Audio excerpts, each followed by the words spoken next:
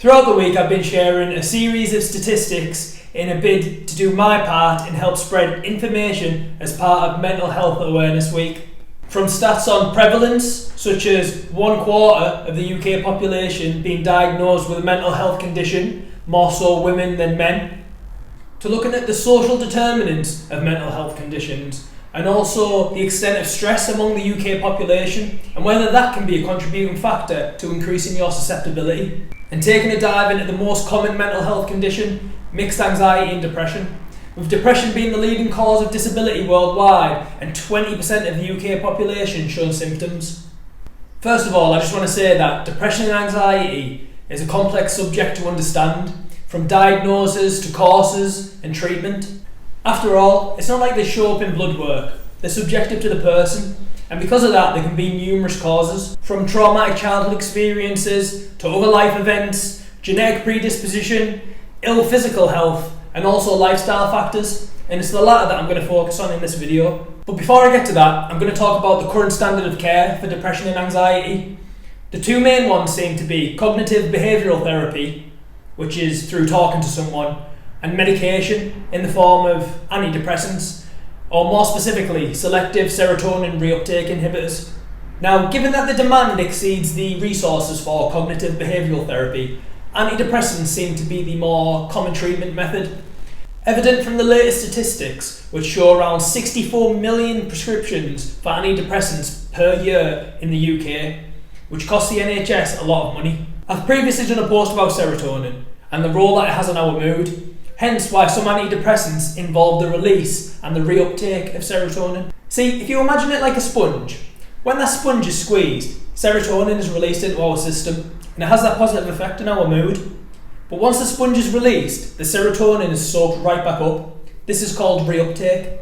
Selective serotonin reuptake inhibitors, a form of antidepressant, essentially put a clamp on that sponge, preventing the reuptake, meaning serotonin's in our system longer, and it has the potential to strengthen connections between neurons in the brain. This is all well and good in theory, but are they so effective in practicality?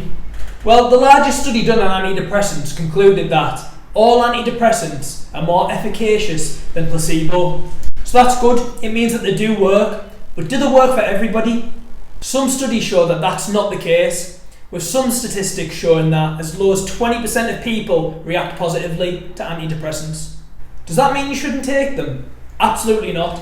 They can certainly help, but it could also be argued that it shouldn't be our primary treatment method, and therefore we should seek alternative methods. So what are the alternative methods? Well, the good news is they come at little or no extra costs, and they also provide benefits other than our mental health. I'm talking about the three main pillars of health: sleep, nutrition, and exercise. Now, I know I've touched on these and their relationship with mental health in a previous video. Thought it might be worthwhile to share a few tips on how people can protect their mental health and boost their mood. But at the risk of repeating myself, I'm going to touch on them again. Okay, so first off we have sleep. Now, I've done a whole nother video on sleep itself, so I'm going to make this one brief. Getting at least 7 hours of quality sleep is imperative to physical and mental health. And there is also a correlation between lack of sleep and depression and anxiety. Check out my other video for more information. Next up we have nutrition. Now again, I've touched on these before, but I'm going to talk a little bit more in depth about them this time round. So the Mental Health Foundation have recently released a document stating the relationship between nutrition and the effect that it has on our mental well-being. As you can see, deficiencies in certain micronutrients can lead to the development of certain mental health conditions.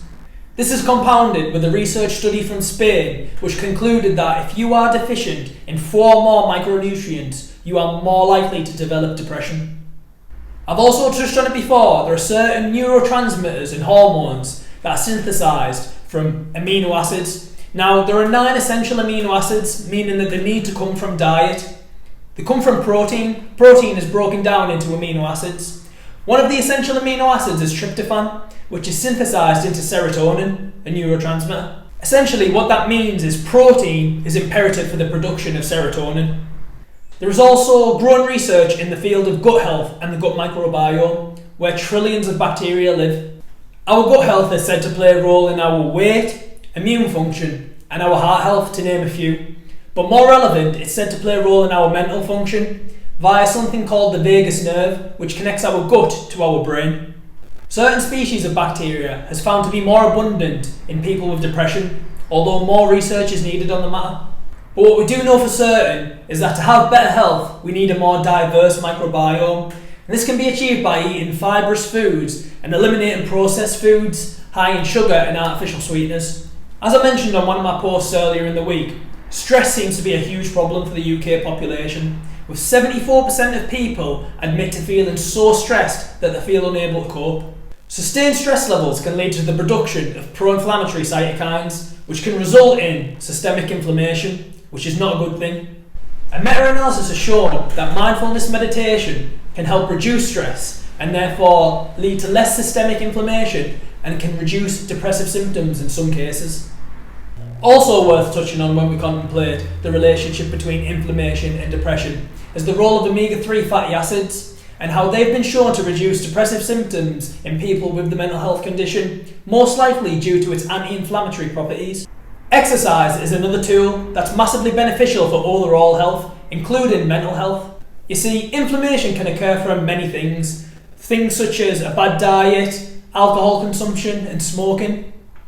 If inflammation occurs and the pro-inflammatory cytokines that I mentioned earlier are produced, they can cross the blood-brain barrier and prevent the conversion of tryptophan into serotonin. What happens instead is that the tryptophan converts to something called kynurenine, and kynurenine can then convert to something called quinolinic acid, which has been shown at high levels of people with depression.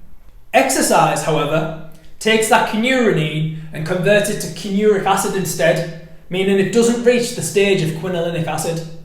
Exercise has repeatedly been shown to be effective for mental health.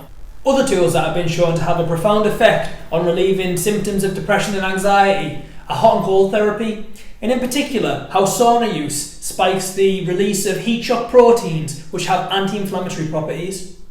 So the science is there to support the ideas, but are they actually practical? What do the statistics say? Well, they say that 63% of people feel better when taking a walk with fresh air. They say that 44% of people feel better from eating healthy food, and 54% of people feel better from getting a good night's sleep. Like I said at the start, depression and anxiety is a complex matter, and to say that implementing all these things is going to rid the world from them is completely naive. But to make people aware of how our lifestyle can impact our mental state and well-being can hopefully at least put a dent in the problem. What I think we can all agree on is that too many lives are being lost in this battle, and we need to start taking preventative measures and widening our treatments. At the bare minimum, these recommendations from a psychological perspective are practices of self-care, which I hope everyone will undertake. If you have any questions, drop them in the comment section below. I'll see you in the next one.